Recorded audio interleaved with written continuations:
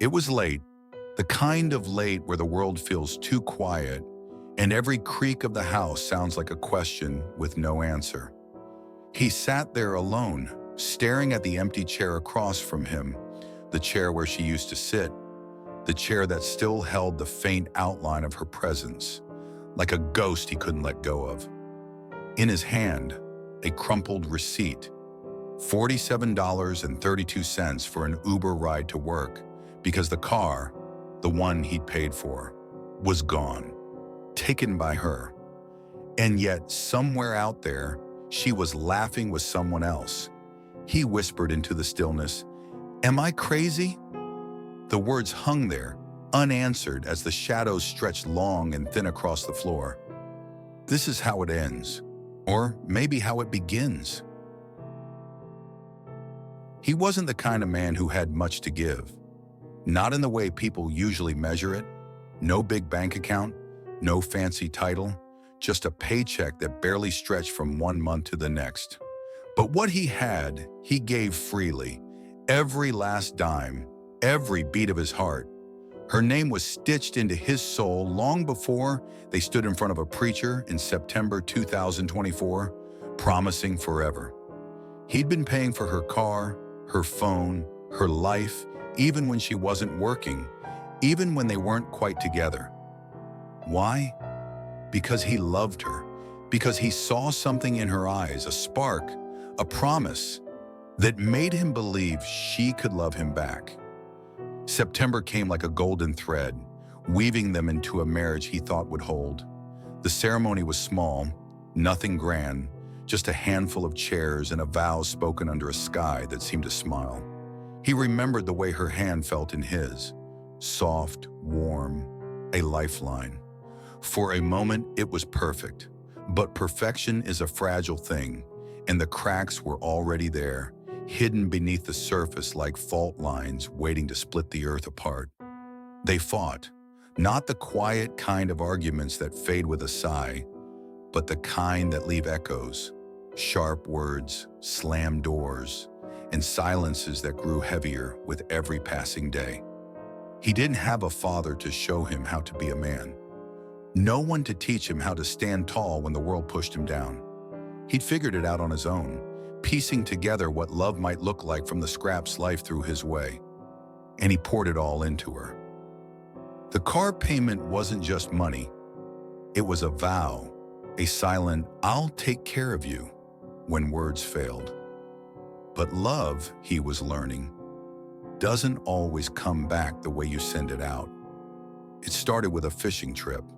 He'd planned it for weeks, picturing the two of them by the water, the sun glinting off the waves, her laughter mixing with the sound of the reel spinning. He'd even bought her a fishing pole, brand new, the kind with a smooth grip and a shine that caught the light just right. It wasn't much, but it was his way of saying, "This is ours. This is us." She'd smiled when he handed it to her, and for a moment, he believed they were building something.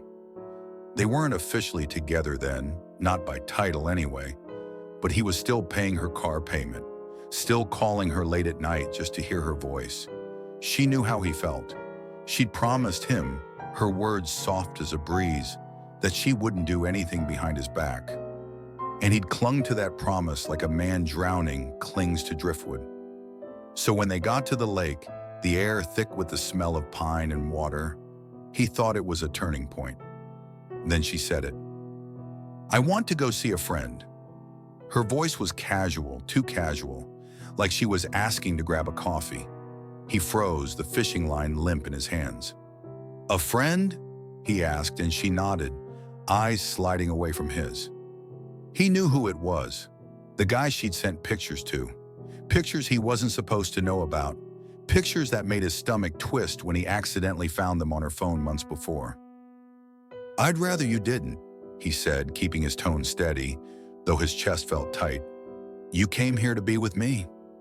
She went anyway. The sound of her footsteps crunching on the gravel faded as she walked away, leaving him there with the water lapping at the shore and the cold metal of her fishing pole still in the boat. He sat for hours staring at the horizon, waiting for her to come back. She didn't. Not that day, not the next. A week later, he got a text. She'd taken the pole, the one he'd bought her, and gone off with friends. A week of silence, a week of wondering, a week of the lake's quiet turning into a roar in his mind. When she finally showed up at his door, her hair messy and her eyes bright, she held the fishing pole in one hand and said, "I love you." 3 words, simple as that, and he let her back in. The pole leaned against the wall, its shine dulled by dust, a silent witness to the promises she'd broken. He didn't ask where she'd been. He didn't want to know. Not yet. But the question lingered, sharp as a hook caught in his throat. What else was she hiding? She stood there in the doorway, the fishing pole propped against her hip like it hadn't just spent a week somewhere he couldn't follow. "I love you," she said again, her voice trembling just enough to make him wonder if it was real. He wanted to believe it, needed to. So he stepped aside, let her back into his life, the air between them thick with things unsaid. The pole went back to its corner, and for a few days it was almost like before. Quiet dinners, her hand brushing his as they passed the salt. But peace is a thin thread, and it snapped 2 nights later. He found it by accident, a message on her phone, glowing in the dark while she slept. A name he didn't know, words he couldn't unsee. His hands shook as he scrolled, each line a splinter under his skin. She'd been with someone else that week, maybe more than one someone. The details blurred, but the betrayal cut clear and deep. He woke her, his voice breaking as he shouted, "What is this?" Her eyes widened, then filled with tears, a flood of excuses spilling out. "It didn't mean anything," she said. "I was lonely. I'm sorry." "Sorry?" The word landed like a stone in his chest. He told her to leave, his voice rising until it cracked, the walls of their small apartment trembling with his hurt. She fell to her knees, clutching his legs, sobbing that she loved him, that she'd change. He stood there, fists clenched, staring down at her tear-streaked face. The room spun. His heart screamed to push her away, but his hands, those same hands that had paid her bills, held her close, pulled her up instead. He caved, took her back, again. Months passed and September 2024 arrived. They stood before a preacher, rings on their fingers, a vow to start anew. She looked at him that day, her eyes soft and steady, and he thought maybe, just maybe, this was the turning point.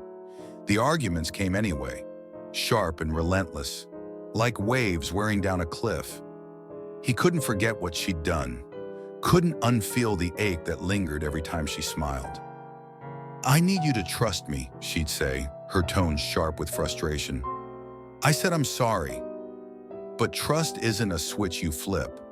He told her she had to earn it, show him she meant it. She didn't understand, and the distance grew, a silent chasm swallowing the promises they'd made. They bought a house, a small one, nothing fancy, but it was theirs. He'd spent weeks furnishing it, hauling chairs and a second-hand couch with a paycheck that groaned under the weight. It was supposed to be a home, a place where love could root and grow. Instead, it felt like a shell.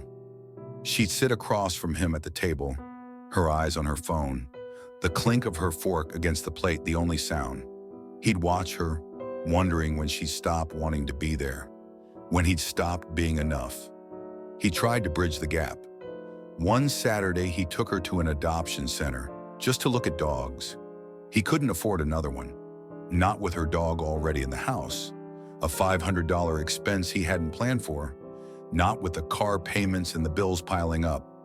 But he thought it'd be fun, a spark to light up the gray between them. They walked past cages, tails wagging, and for a moment, he saw her smile. A real one, not the tight-lipped kind she'd been giving him. Then she stopped in front of a scruffy little mutt, eyes wide. "I need this," she said. A PTSD support dog. The air shifted. He blinked, caught off guard. We can't afford it, he said, keeping his voice gentle. And I think we need counseling first, together, to fix us. Her face hardened, then crumpled. Tears welled up, her voice rising. You don't get it. I need this. The ride home was silent, the hum of the engine louder than anything they could say. That night, the argument exploded. Words flying like shrapnel, her accusing him of controlling her, him begging her to see he was just trying to hold them together.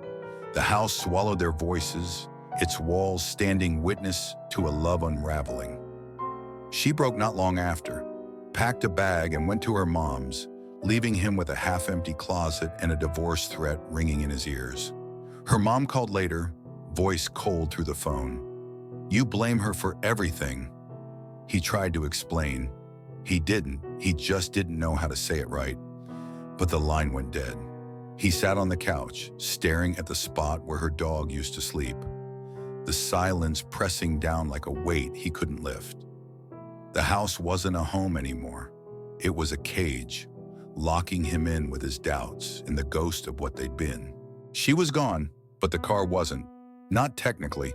It sat in her mom's driveway, its sleek frame a reminder of every payment he'd scraped together, every overtime shift, every skipped meal. He didn't have a license, never needed one when she was around to drive. Now he stood on the curb outside their house, the March wind biting through his thin jacket, waiting for an Uber that cost more than he could spare. $47 one way, another $47 back, day after day, while she kept the keys. And still, her voice came through the phone, sharp and insistent. You're my husband. You should still pay for the car. Her mom echoed it, a chorus of expectation he couldn't escape. He wanted to scream, I'm drowning here. But the words stayed locked in his throat. Then came the call that broke him. It was late, the kind of hour where the world feels like it's holding its breath. Her number flashed on the screen, and when he answered, her voice was a slurry of tears and alcohol. I messed up, she said, the words tumbling out between sobs. I was mad at you. I was drunk. I cuddled with someone. The line crackled, her breath hitching. It didn't mean anything. I was vulnerable. He stood there, phone pressed to his ear, the room tilting as her confession sank in. Cuddled. That's what she said. But the way her voice shook, the way she rushed to explain, it gnawed at him. Was that all? Or was there more she wouldn't say? He didn't ask. Couldn't. The image was enough, her curled up against someone else, her head on their chest, while he sat alone in the house he'd built for them. His chest tightened, a dull ache spreading like ink through water. He was a Christian, raised on verses about forgiveness and grace, but also on warnings of adultery and separation from God. The Bible said he could let her go for this, that it was justified. His mind spun with scripture, but his heart, his stubborn, bleeding heart, whispered something else. We could fix this. We could go back. So when she showed up days later, eyes red and voice soft, begging to come home, he opened the door. Again. Now she sat across from him, the same table, the same empty chair between them, but something new hung in the air. I want to hang out with a friend, she said, her tone light, like she was asking to borrow a pen. A guy friend? He froze, fork halfway to his mouth, the clatter of it hitting the plate louder than it should have been. He's different, she went on, not meeting his eyes. He's the only one who's ever set boundaries, never tried anything with me. The words landed like a slap, each one a reminder of every boundary she'd crossed, every trust she'd shattered. He set the fork down, hands trembling. I don't like it, he said, voice low but firm. Not after everything. Her face tightened, lips pressing into a thin line. You're being controlling, she shot back. I want to stay married, but you have to trust me. Trust. There it was again, that word she wielded like a demand, not a gift. He stared at her, the woman he'd loved through every betrayal, and wondered if she even saw the cracks she'd left in him. The room felt smaller, the walls closing in as he sat there torn. Was he wrong? He'd grown up without a father, no one to show him how a man stands his ground or lets it go.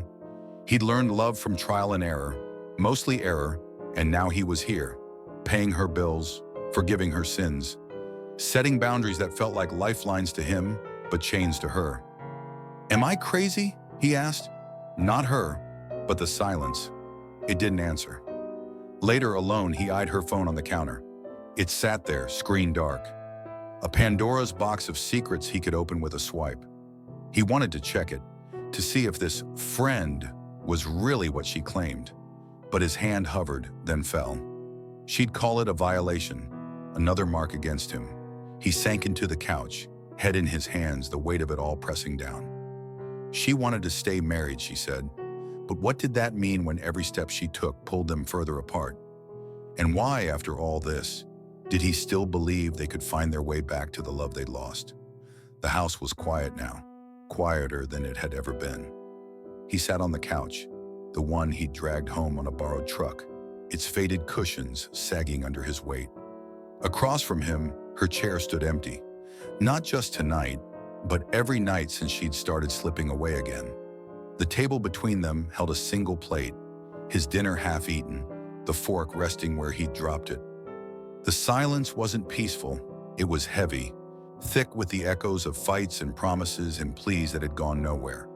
He stared at that chair, its wooden frame worn, smooth from her, sitting there, laughing, crying, lying. It was all he had left of her now, a ghost in the shape of absence. Outside, the March wind rattled the windows, a low moan that matched the ache in his chest. He thought of the car, still in her name, still costing him even as it sat miles away. He thought of the fishing pole, its shine long gone, leaning in a corner somewhere she'd taken it. He thought of her voice, slurred and tearful, confessing to another man's arms, and the way his heart had twisted, torn between letting her go and pulling her close. His faith told him he could walk away, that betrayal like hers was a door God left open. But his love, stubborn and raw, kept him rooted here, in this house, in this life, waiting for a miracle he wasn't sure would come. He stood slow and unsteady and crossed to the window. The street lamp flickered outside, casting long shadows across the floor, stretching toward him like fingers he couldn't escape. He pressed his forehead to the cold glass, breath fogging it in small, uneven bursts. "Am I crazy?" he whispered, the question slipping out like a prayer. No one answered. Not her, not the wind, not the God he'd leaned on since he was a boy with no father to guide him. Just the hum of the night, indifferent and vast. He turned back to the room, eyes landing on her phone where it still sat on the counter. It hadn't moved since their last fight, since she'd stormed out with a promise to figure things out. He could check it, he could know. But what would it change? Another name, another lie, another piece of his heart chipped away? Or maybe nothing, just the quiet hum of a life she swore she wanted to keep. His hand twitched, then stilled. He sank back onto the couch, head in his hands, the weight of it all pressing down until he couldn't tell if he was breathing or breaking. Somewhere out there, she was with her friend, laughing or crying or something in between. And here he was, alone, whispering to a God who hadn't answered yet, asking for strength he wasn't sure he had. The chair stayed empty. The shadows grew longer. And his question, "Am I crazy?" hung in the air, a cry swallowed by the silence, unanswered as the night closed in around a heart that still bled for a love that might never heal. That's his story. A man broken by love and betrayal, whispering into the night, "Am I crazy?" A question left unanswered. What do you think he should do? Forgive or let go? Drop a comment below, hit like, and subscribe for more stories that cut deep. Thanks for watching. See you next time.